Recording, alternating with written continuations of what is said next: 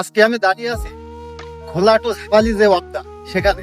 এখানে যে বেহাল দশা আপনারা না দেখলে বুঝবেন না। আজকে আমি আপনাদের এই বেহাল দশা কিছুটা তুলে ধরার চেষ্টা করব।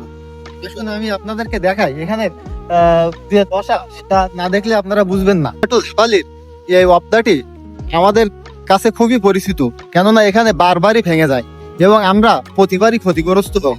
এবং এই ক্ষতিগ্রস্ত আমাদের বসত বাড়ি এবং এমনকি অনেক ক্ষতিগ্রস্ত হয় আমরা উপকূলের মানুষ। আমাদের এই নদী ভাঙন আমাদের কাছে খুব পরিচিতি, কিন্তু এটি ভাঙার পরে বাদ দিয়ে আমরা নিশ্চিন্তে বাড়ি ঘুমিয়ে থাকি। এটির খোঁজ খবর আমরা আর কেউ রাখি না।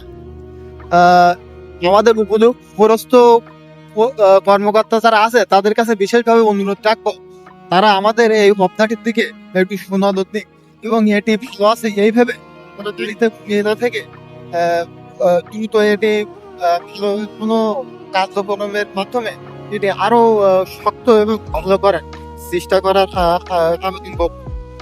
আজকের মতো ধন্যবাদ।